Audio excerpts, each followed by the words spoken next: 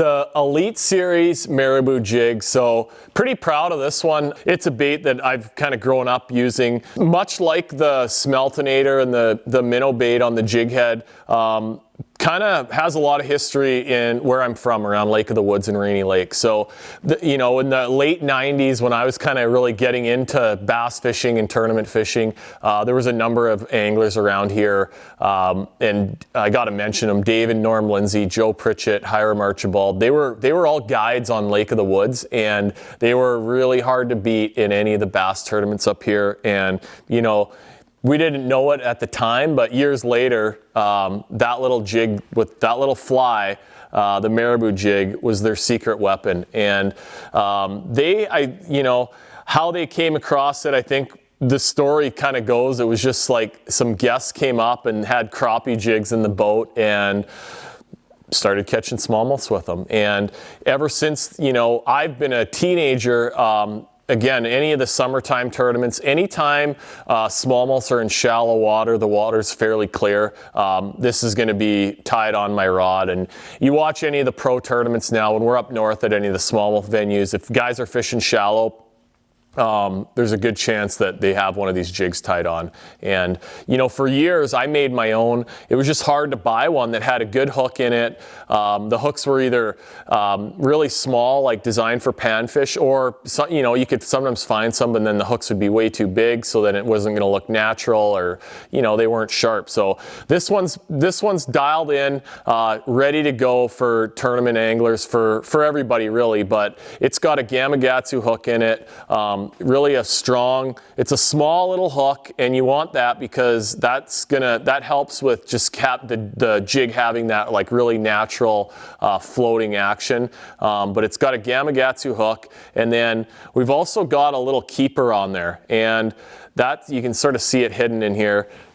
But one of the tricks I like to do, and I learned this from these guys at a young age too, is I like to put a little piece of plastic on the shank of the hook. Not much. It's not overhanging, it's not a trailer or anything, but you butt it up, that little keeper kind of holds it in place, and then when that jig's in the water, it just bulks it up quite a bit, and it makes it not look like a drowned little rat in the water. It's just got a little bit more profile, looks better, and it actually helps you cast the jig a lot farther. I think it just helps the hair hold a little bit more water, but you can cast it a lot farther. So that's probably the best tip I have as far as the jig and rigging it up. Of all the like techniques that I use for smallmouths, this one's probably, you know, where you want to have like the right rod, reel, and line to kind of make it work the best. So you want to have a soft rod. It's a small hook, and if you used a big, heavy, stiff rod, you're going to tear the hooks out of the fish's mouth. So,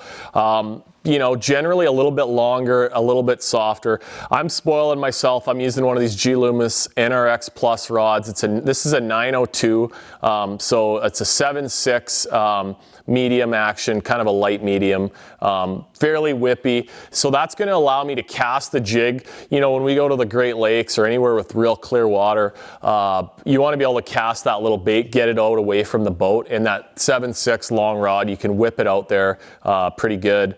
And then when, you know, fighting those big fish, I've caught lots of 5-pounders on this thing, and it's probably the best fish hooking bait there is. Even though it's a small little hook, they just slurp that thing in, and if you use a light action rod where you're not tearing the hooks out of the fish's mouth, you land every one of them.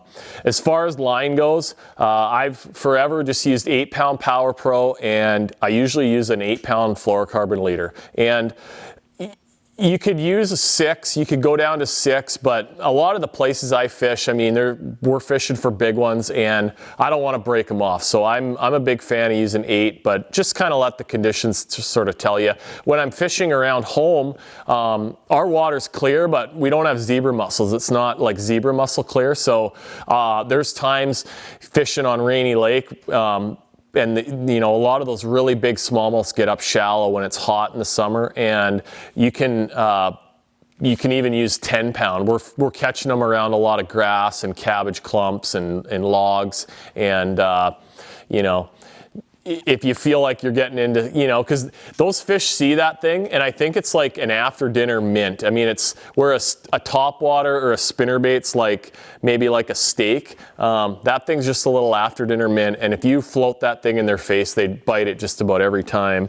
Really good, you know, on the Great Lakes especially, but a lot of places across the smallmouth belt, if you get into a situation where you can just see them up shallow cruising around on the flats, those fish can be really hard to catch sometime. This thing is going to catch them better than anything else. So, but that's my setup. I like a 7.6 kind of light action rod, so you can cast it out there, got the shock absorption, and that's the setup for throwing the marabou jig.